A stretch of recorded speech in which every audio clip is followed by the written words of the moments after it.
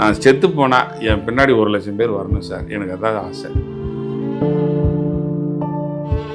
திருப்பதி படம் போஸ்டரில் நான் கிடையாது, எந்த விதமான விளம்பரத்திலும் நான் கிடையாது, ஒரு போஸ்டில் ஒரு ஓரத்தில் கூட போடலைங்க, எந்த போஸ்ட்லேயுமே போடல. என்ன காரணம்னு எனக்கு இது வரைக்கும் ஒன்றும் விளங்கலை. ஃபோன் பண்ணி, யோ நீ எவ்வளோ பெரிய ஆர்டிஸ்ட், நீ எங்கள் டைரக்டர் பாலச்சந்தர் சாரோட ஆர்டிஸ்ட், நீ பாலச்சந்தருக்கு செல்லப்பள்ளியா, நீ போய் அங்கே போய் உட்காந்துருக்க.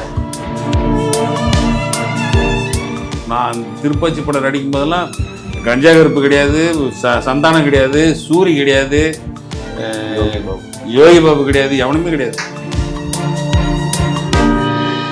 திடீர்னு ஹார்ட் அட்டாக், டக்குன்னு ஒரு 4 லட்சம் புரட்டணும்னா எங்கே போகிறது? பணம் கட்டுக்குன்றாங்க, ஒரு 3 லட்சத்தை முதல்ல கட்டுங்கன்றாங்க. டக்குன்னு இது பண்ணால் எங்கிட்டு போகிறது, என்ன ஒன்றும் புரியல. ஃபோன் பண்ணுறாரு மயில்சாமி, பெஞ்சமின் சேர்ந்துட்டியா? சேர்ந்துட்டேன்னே. எவ்வளோ சொல்கிறாங்க? இல்லை ஒரு 4 லட்ச ரூபாய்க்கு பக்கம் ஆகும்னு சொல்கிறாங்க. ஒன்றும் கவலைப்படாத, 5 நிமிஷத்தில் உங்களுக்கு பணம் வரும். ஏ பச்சை ரிஷி கொத்தமல்லி கீரையோடவே அட குத்து சம்ப வெந்த சொரு நாங்கள் கேட்கல, நாங்கள் கேட்டதெல்லாம் அட கேட்டதெல்லாம் கேட்ப கூடு, ஆனால் கிடைச்சதெல்லாம் கம்ம கூடு, அங்கே கேட்டதெல்லாம் கேட்ப கூடு, ஆனால் கிடைச்சதெல்லாம் கம்ம கூடு. சார் ஆக்சுவலாக ஆட்டோகிராஃப்க்கு அப்புறம் பெஞ்சமின் அப்படின்னு பார்க்கும்போது எல்லாருமே திருப்பாச்சின்னு சொல்லுவாங்க. ஆனால் இதுக்கு நடுவுலேயே வந்து ஒரு படம் வந்து பண்ணியிருந்தீங்க. அந்த படம் உங்களுக்கு ரொம்ப முக்கியமான படமாக தான் இருந்ததுன்னு நினைக்கிறேன். ஏன்னா ஒரு பக்கம் நாகேஷ் சார், இன்னொரு பக்கம் கமல்ஹாசன் சார். வசூல் ராஜா MBBSல அந்த பிக் பேக்கெட் கேரக்டர் பண்ணியிருப்பீங்க. ஃப்ரேமில் நாகேஷ் சாரும் இருப்பாங்க, கமல் சாரும் இருப்பாங்க, நீங்களும் இருப்பீங்க. ஸோ அந்த ஒரு சீன் தான், பட் இருந்தாலும் ஒரு நடிகனா அவங்க கூட சேர்ந்து நடித்த அந்த வசூல் ராஜா. ஆமாம், ஆட்டோகிராஃபுக்கு அப்போ. ஆமாம். அவர் வந்து எங்கிட்ட நான் வந்து பாலச்சந்தர் சாரோட மாணவன், இயக்குனர் சிகரம் பாலச்சந்திர ஐயாவை தான் என்னை இன்ட்ரடியூஸ் பண்ணாங்க. அவரோட கவிதாலயா நிறுவனத்தில் தான் நான் வளர்ந்தேன். நான் பாலச்சந்தர் சாரோட ஸ்டூடெண்ட்டுன்னு சொல்கிறதுல பெருமைப்பட்டுக்கிறேன். வசூல் ராஜா MBBS டைரக்டர் வந்து பாலச்சந்தர் சாரோட அசிஸ்டண்ட்டு சரண் சார். அவர் வந்து டைரக்டர் ஆகிறதுக்கு முன்னாடி இருந்தால் எனக்கு ஃப்ரெண்டு. ஏன்னா நாங்கள்லாம் கதைகள் சிறுகதைகள் எழுதுவோம், இதில் புத்தகங்களில் துணுக்குகள் சிறுகதைகள்லாம் எழுதுவோம். அவரும் துணுக்குகள் சிறுகதைகள்லாம் எழுதுவார். அப்படி எங்களுடைய நட்பு இருந்தது. அப்போ ஒரு படம் பண்ணுறாரு, காதல் மன்னன் ஃபஸ்ட்டு படம். சரி, நம்ம டைரக்டர் போயிருக்காரு, இந்த படத்தில் நமக்கு எதுவும் சான்ஸ் இல்லை போல இருக்குது, இருந்தால் கூப்பிட்ருவாரு, எதுவும் இல்லை நம்ம நடிக்கிற மாதிரி எதுவும் சான்ஸ் இல்லை போல் இருக்கு அப்படின்னு சொல்லி விட்டேன். இப்படி ஒவ்வொரு படமும் எடுத்துகிட்டே இருக்காரு, விட்டேன். அப்போ எல்லோரும் சொன்னாங்க, ஏ உங்கள் டைரக்டரோட அசிஸ்டண்ட்டு படம் இத்தனை படம் பண்ணியிருக்காரு, நீ போய் பார்க்க வேண்டியதானே அப்படின்னு சொல்லி எல்லா ஃப்ரெண்டுங்கள்லாம் சொன்னோன்னே, சரி நம்ம போய் பார்ப்போம் அப்படின்ட்டு. அப்போது வசூல் ராஜா MBBS படம் எடுக்கிறார், டிஸ்கஷன் போயிட்டுருக்கு. அப்போ நான் அவரை போய் பார்த்தேன் அவனு சொல்லி முதல் நாள் போகிறேன், இல்லை 2ஆவது நாள் போகிறேன், டிஸ்கஷனில் இருக்காங்க. 3ஆவது நாள் போனேன், இங்கே வெளியில் போயிட்டார். இப்படியே ஒரு வாரமாக ஃபாலோ பண்ணிகிட்டே இருக்கேன். ஒரு வாரம் கழித்து மாட்டிக்கிட்டார். அப்போ வாங்க என்ன அப்படின்னு சொல்லி கேட்டார். அப்போது சார் இந்த மாதிரி வசூல் ராஜா MBBSன்னு ஒரு படம் பண்ணுறீங்க, இந்த படத்தில் எனக்கு ஒரு வாய்ப்பு கொடுங்க அப்படின்னு சொல்லி. யோ நீ எவ்வளோ பெரிய படம்லாம் நடிச்சு வந்திருக்க, நீ வந்து இதில் வந்து இது கேரக்டரே இல்லைப்பா, இதில் சும்மா ஒரு 5-6 கேரக்டர் தான் இருக்குது இதில் போய் என்னத்தை நான் கொடுக்குறது? இல்லை சார், ஏதாச்சும் ஒரு ஷார்ட்டாச்சும் நான் கமல் சார் படத்தில் நடிக்கணும்.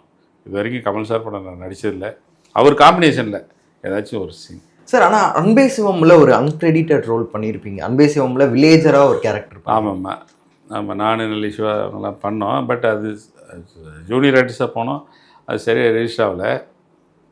பட் இந்த படம் வந்து ராஜா MBBS. ஆமாம், இந்த படத்தில் வந்து ஏதாச்சும் ஒரு கேரக்டர் கொடுங்க சார். இந்த படம் வந்து இந்த படத்தோட ரீமேக் தான் இதில் என்ன கேரக்டர் இருக்குது பாரு, இந்த படத்தை நீ போய் பார்த்துட்டு வந்து நாளைக்கு வா, ஃபுல்லாக அந்த CD கொடுத்தாரு, அந்த கேசட்டு, இது போய் படம் பார்த்துட்டு வா அப்படின்னு சொல்லி. அந்த முன்னாபாய் MBBS. அப்புறம் அதை போய் பார்த்துட்டு வந்து அப்புறம் அடுத்த நாள் வந்தேன். பார்த்தியா படம் பார்த்தியா? பார்த்தேன் சார். இதில் எந்த கேரக்டர் பண்ணால் அவனுக்கு தரட்டும், ஏதாச்சும் நீ நடிக்கிற மாதிரி கேரக்டர் இருக்கா, பேசப்படும்படியாக கேரக்டர் இருக்கா? இல்லை சார், நான் தலையை கட்டாச்சும் போயிடுறேன் சார் அப்படின்னு சொல்லி கமல் சார் கூட நான் இருக்கணும், ப்ளீஸ் சார் அவனை. என்னங்க நீங்கள், சரி நாளைக்கு நீங்கள் வாங்க, ஒரே ஒரு சீன் இருக்குது, நடிக்கிறீங்களா? படம் ஓப்பனிங் பிட் பேக்கெட் அடிக்கிற மாதிரி. ஆமாம், நாகி சார் இறங்கின உடனே அந்த ஆமாம் பிட் பேக்கெட்டு. சரி சார் பண்ணுறேன் சார், ஆனால் கமல் சார் கூட வரணும். நான் கமல் சார் கூட காம்பினேஷன் இருக்குது, ஓகே சார் அது போகும் அப்படின்னு சொல்லி அந்த சீக்வன்ஸை போய் நடித்தேன். அது என்னை ஏன் அவாய்ட் பண்ணாருன்னா, ஆட்டோகிராஃப்னு ஒரு நல்ல படத்தை நடிச்சுட்டு மறுபடியும் நான் டம்மியாக வந்து ஒன்றை நடிக்க வைக்க விரும்பலை அப்படின்னு இயக்குநர்களெல்லாம் வந்து பார்த்தீங்கன்னா, இவ்வளோ பெரிய கேரக்டர் இவ்வளோ பெரிய படத்தில் நடித்தவர் பெஞ்சமின், இவர் ரோல் வேண்டாம், இவர் வந்து சின்ன ரோல் கொடுக்கக்கூடாதுன்னு எல்லா இயக்குநர்கள்லாம் அவாய்ட் பண்ண ஆரம்பிச்சிட்டாங்க. அப்படி அப்போ நினச்சேன், சரி நம்ம எதுக்குடா இந்த பெரிய படத்தில் நடித்தோம், சின்ன படத்தில் நடிச்சிருந்தாவே நம்ம ஒவ்வொரு சீன் அப்படி நடிச்சுட்டு போயிருக்கலாமே. பட் நடிச்சிருக்கலாம், பொருளாதார ரீதியாகவும் சரி, நம்மளுடைய அடுத்த கட்ட வளர்ச்சி இல்லாமல் போயிருக்கோம். இப்போது இது வந்து டக்குன்னு பார்த்தீங்கன்னா வளர்ச்சி க்ரோத் வந்து பார்த்திங்கன்னா எங்கேயோ கொண்டு போய் விட்டுருச்சு. அப்படி ஒரு க்ரோத். ஆனால் எவ்வளோ பெரிய ஆர்டிஸ்டானாலும் சரி, நான் பார்த்து இன்றைக்கெல்லாம் வரும்போது ட்ரெயினில் வரேன், டவுன் பஸ்ஸில் வருவேன், இதில் எலக்ட்ரிக் ட்ரெயினில் வருவேன், எல்லாம் கேட்பாங்க, சார் என்ன சார் நீங்கள் இத்தனை படம் நடிச்சிங்க, நீங்கள் போய் பஸ்ஸில் வரலாமா, ட்ரெயினில் வரலாமா, எலக்ட்ரிக் ட்ரெயினில் வரலாமா அப்படின்லாம் கேட்பாங்க. நான் மக்களாக இருக்க விரும்புகிறேன் சார், மற்ற ஆர்டிஸ்ட் மாதிரி நான் கிடையாது. ஊரில் சேலத்தில் தான் இருக்கேன். சேலம்லாம் போயிட்டேன்னா பார்த்தீங்கன்னா நடந்தே வருவேன். இப்போ சைக்கிளில் போவேன், இதில் டூ வீலரில் போவேன், காரில் போவேன், செல்ஃப் டிரைவிங் தான், எதில் வேணாலும் போவேன். அதுலேயும் போகிறீங்க இதுலேயும் போகிறீங்க, ஆமாங்க அதுலேயும் வாழ கற்றுக்கணும், இதுலேயும் வாழ கற்றுக்கணும். இது வந்து திடீர்னு வந்தது, நமக்கு நிரந்தரமானது இதுதான். அதனால் வந்து மக்களாக கடைசி வரைக்கும் இருக்குன்னு ஆசைப்பட்றேன் அப்படின்னு சொல்லி வாழ்ந்துக்கிட்டு இருக்கேன். வாரம் அன்னதானம் எல்லாம் பண்ணிகிட்ருக்கேன். வாரம் 100 பேர் 200 பேருக்கு அன்னதானம் பண்ணுறேன்.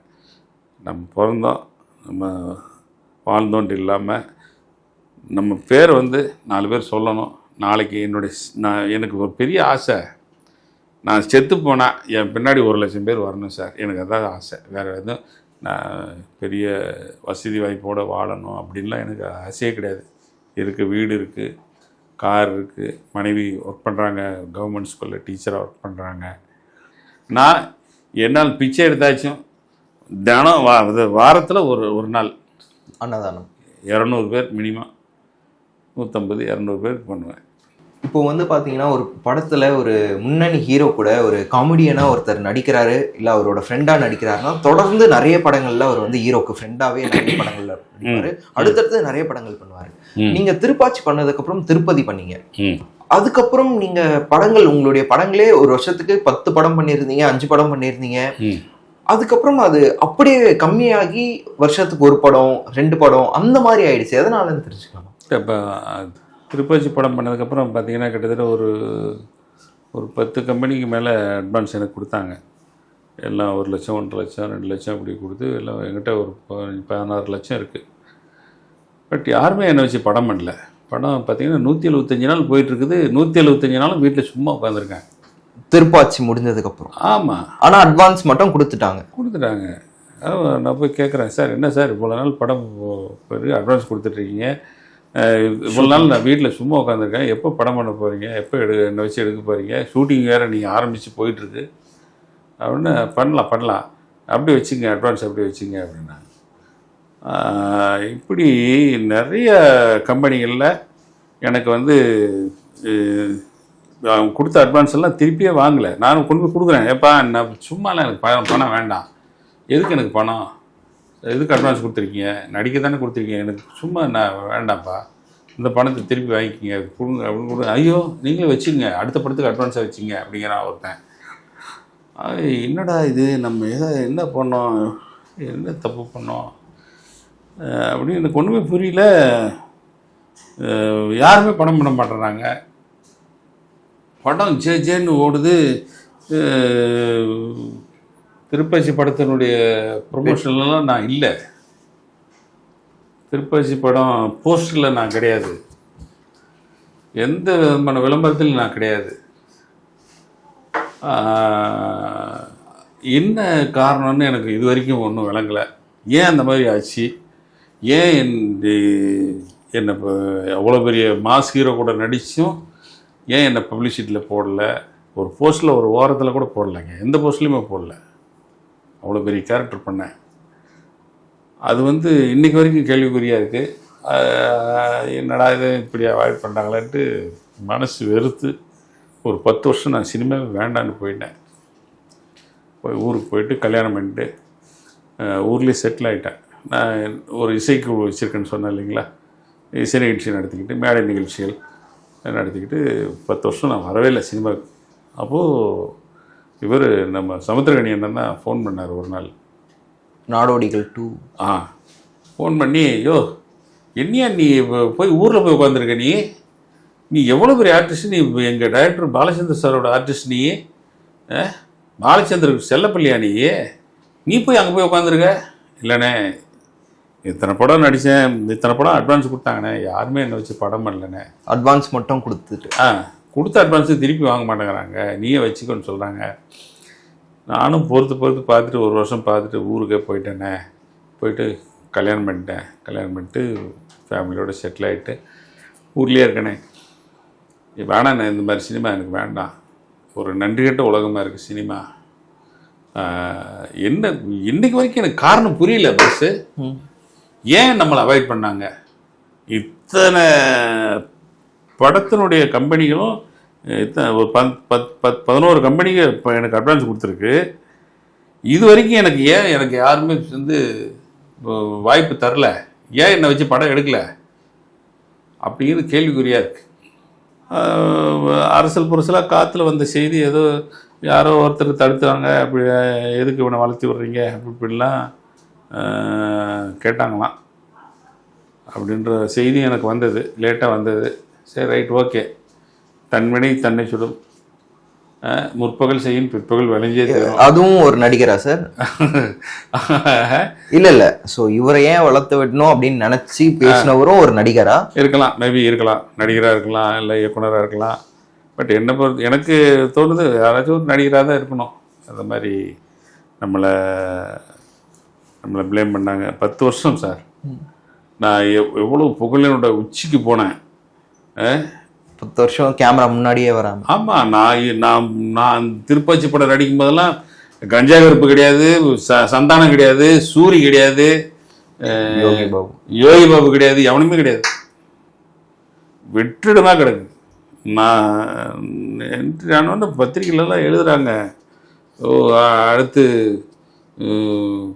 விஜய் தனி காமெடினா வந்துடுவார் அப்படின்னு சொல்லி எல்லாம் புஷ் பண்ணி எழுதுனாங்க. ஒரு 3 நாள் எழுதியிருப்பாங்க சார். அதுக்கப்புறம் டோட்டலாக எல்லா பத்திரிக்கையாளர்களும் அவாய்ட் பண்ணிட்டாங்க. என்ன எல்லா பத்திரிக்கையாளர்களும் அவாய்ட் பண்ணாங்க. அதான் கம்பெனியிலே, சினிமா கம்பெனியில் ரெஸ்பான்ஸ் இல்லை. கொடுத்த அட்வான்ஸ் திருப்பி யாரும் வாங்க மாட்டேங்கிறாங்க. என்னுடைய மனநிலை எப்படி இருக்கும்? நான் ஒரு அரசு போக்குவரத்து கழகத்தில் வேலையை விட்டுட்டு ராஜினாமா பண்ணிட்டு வந்தவன். ஒரு இன்ஜினியராக இருந்துட்டு வேலையை விட்டு நமக்கு சினிமா தான் வாழ்க்கை அப்படின்னு சொல்லிட்டு வந்தேன். சினிமாவுக்காகவே வாழ்ந்துட்டுருக்கேன். பட் அந்த சினிமாவில் இப்படியெல்லாம் நடக்குதா அப்படின்னு நினைக்கும்போது என்ன மாதிரி எத்தனை பேர் பாதிக்கப்பட்டிருப்பான் சினிமாவில். ஃபார் எக்ஸாம்பிள் சாப்ளின் பாலு, அவருலாம் பார்த்தீங்கன்னா விஜய் வாடா போடான்னு பேசக்கூடிய ஆள். விஜய் சார் கூட தொடர்ந்து 27 படம் ஃப்ரெண்டாக நடித்தவர். அவரும் எங்கே இருக்காருன்னே தெரியலையே. எத்தனையோ நடிகர்கள் காணாமல் போயிட்டாங்க. காரணம் என்ன? இது வரைக்கும் அதுக்கு விடையே தெரில சார். ஆனால் யாரோ உள்வேலை பண்ணிகிட்டு இருக்காங்க.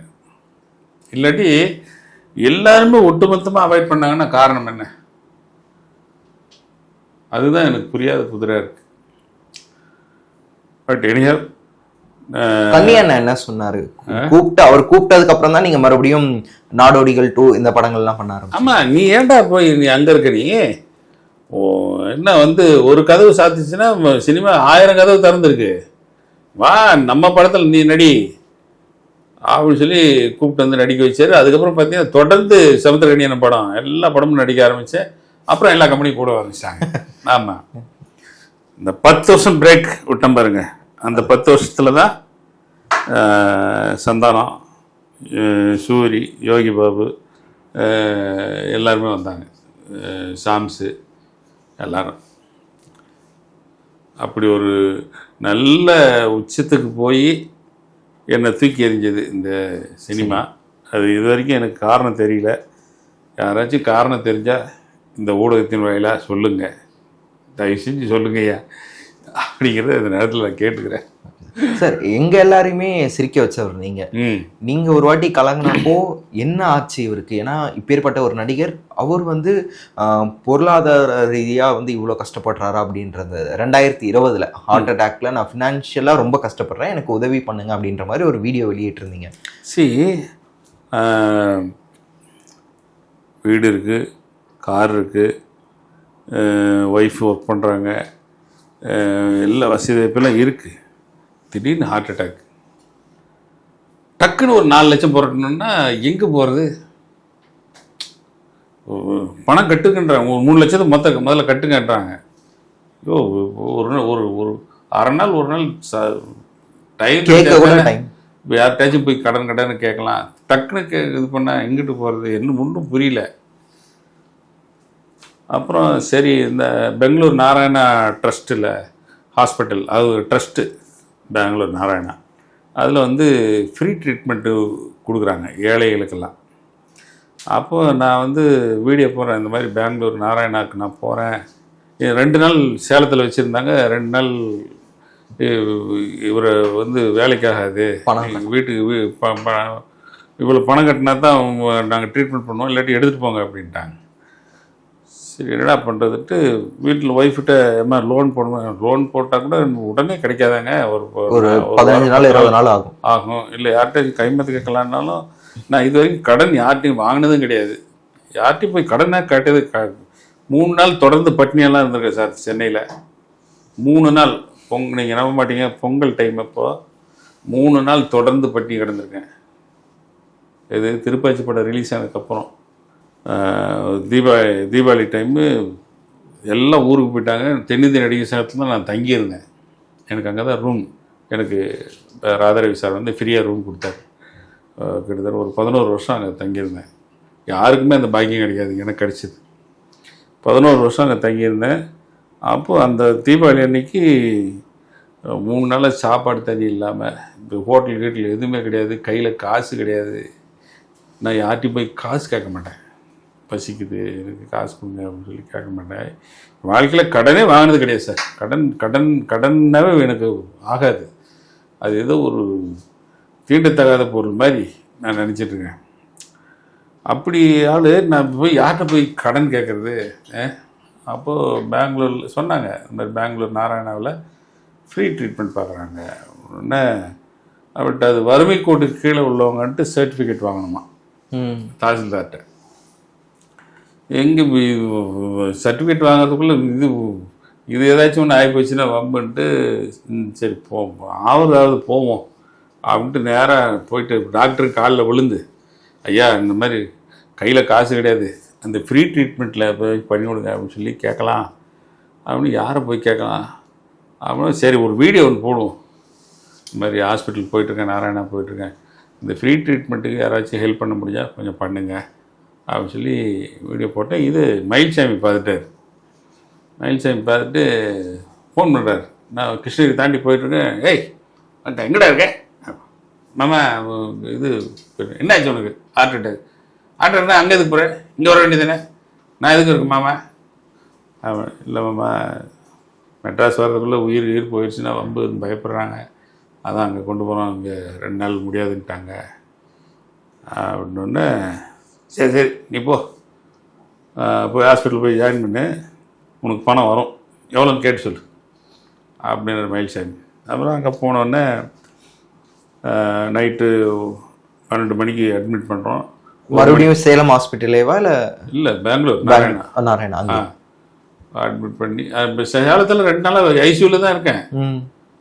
இருக்க ஒரு டாக்டர் வந்து எப்பா இன்னைக்கு பணம் கட்டலாம் அவ்வளோதான், நாளைக்கெல்லாம் நீ முடிஞ்சு போயிடுவேன், அவ்வளோதான் நீ ஆல் க்ளோஸ் அப்படின்ட்டாரு. உடனே ஆப்ரேஷன் பண்ணி அவன் சீரியஸ் கண்டிஷன் அப்படின்ட்டாரு. சரி என்னது பார்த்துக்கலாம்னு சொல்லிட்டு தான் போய் பெங்களூர் போயிட்டு அப்புறம் ஹாஸ்பிட்டல் அட்மிட் பண்ணோம். அட்மிட் பண்ணோடனே உடனே பணம் கட்ட சொன்னாங்க. அப்புறம் ஒய்ஃப் வந்து ஒய்ஃபோட தங்கச்சி அவங்க சொந்தக்காரங்கள்ட்ட என் தங்கச்சிக்கிட்டலாம் கொஞ்சம் பணம் கலெக்ட் பண்ணி ஒரு 40,000 எடுத்துகிட்டு வந்திருந்தேன்.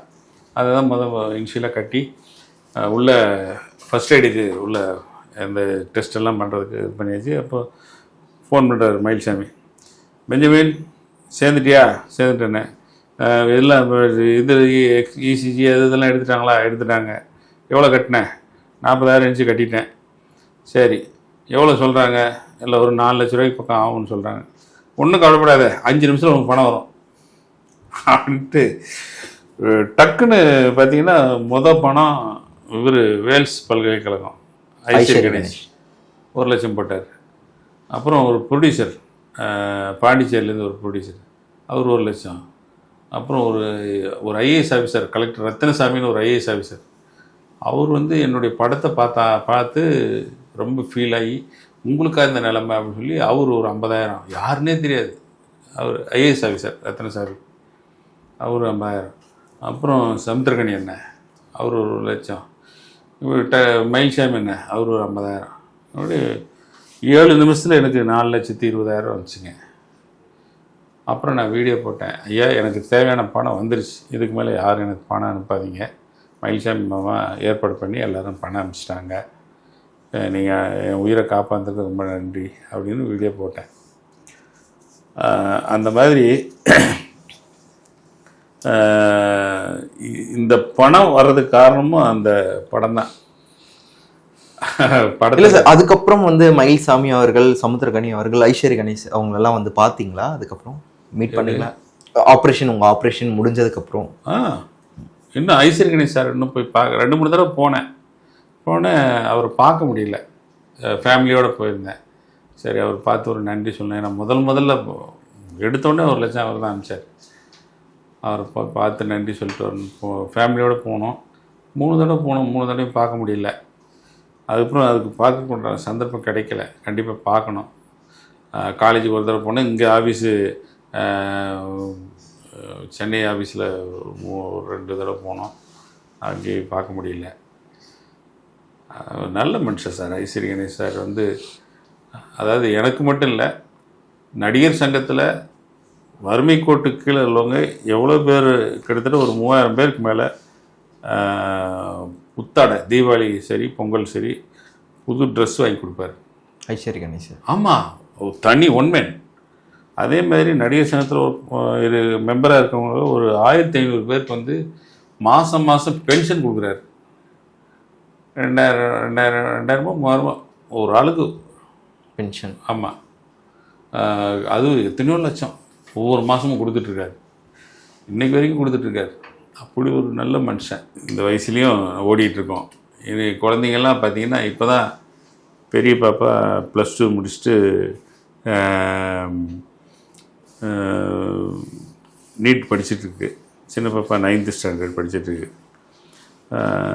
இந்த எனக்கு ரொம்ப நாள் ஆசை சார் என்னென்னா, இந்த ஆட்டோகிராஃப் படத்தில் இந்த ரீரிலீஸ் பண்ணியிருக்காங்க.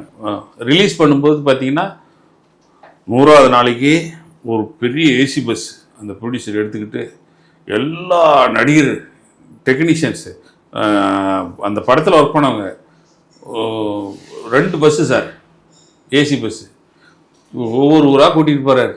திருச்சியில் 100வது நாள் ஃபங்க்ஷன், தஞ்சாவூரில் 100வது நாள் ஃபங்க்ஷனு, மதுரையில் 100வது நாள் ஃபங்க்ஷன், சேலத்தில் 100வது நாள் ஃபங்க்ஷன், கோயம்புத்தூரில் 100வது நாள் ஃபங்க்ஷன், ஒவ்வொரு ஊர்லேயும் ஷீல்டு எல்லாருக்கும் எவ்வளோ சந்தோஷமாக இருந்துச்சு.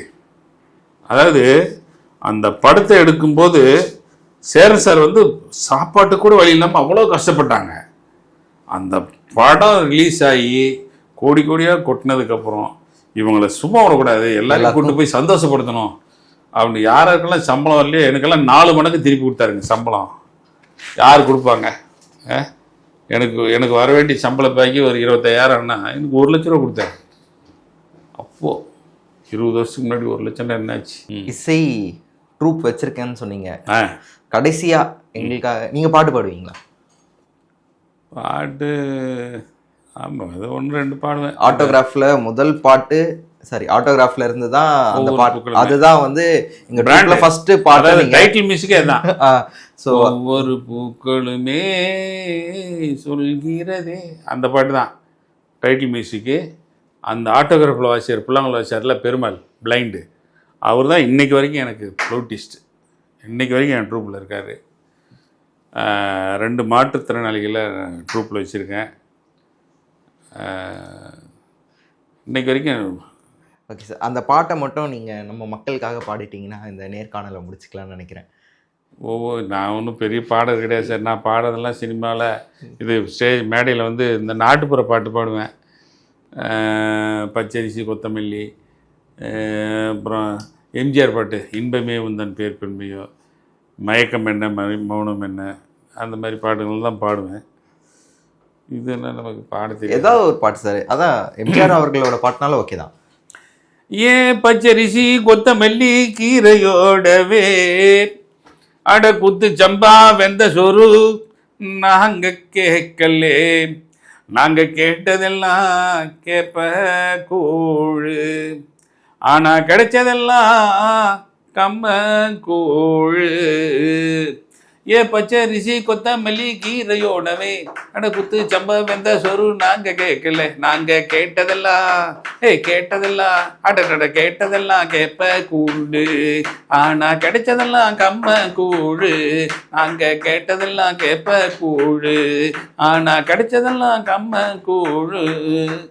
எங்களுக்காக உங்களுடைய இவ்வளோ நேரத்தை ஒதுக்கி எல்லாம் இந்த சினிமா பயணத்தை, உங்களுடைய பயணமாகட்டும், ஆட்டோகிராஃபோட ஜெர்னி ஆகட்டும், எல்லாத்தையும் ரொம்ப ஷேர் பண்ணிக்கிட்டீங்க. எல்லாமே பயங்கர சுவாரஸ்யமாக இருந்தது. கடைசியாக நீங்கள் பாடின அந்த ஒரு பாட்டு வந்து பார்த்தீங்கன்னா, அதான் அதுக்கு முன்னாடி நம்ம மயில்சாமி சார் பற்றி பேசியிருந்தோம். ஒரு துக்கத்தில் இருந்து அப்படியே மீண்ட மாதிரி ஒரு விஷயமா இருந்தது. நேரத்திற்கு ரொம்ப நன்றி சார். ரொம்ப ரொம்ப சந்தோஷம், ரொம்ப மகிழ்ச்சி. அதாவது என்னையும் ஒரு நடிகனாக மதித்து உங்கள் சேனலில் கூப்பிட்டு இந்த மாதிரி பேட்டி எடுத்து என்னை உலகம் முழுக்க நீங்கள் அறிமுகப்படுத்திட்டுருக்கீங்க. நேரத்துக்கு ரொம்ப நன்றி சார். ரொம்ப ரொம்ப நன்றி. இந்த Cloud7 சினிமா நேயர்கள் அனைவருக்கும் எங்களுடைய மனமார்ந்த வாழ்த்துக்களை நான் பதிவு பண்ணிக்கிறேன். நான் உங்கள் திருப்பாச்சி பெஞ்சமின். நன்றி சார். நன்றி. நன்றி.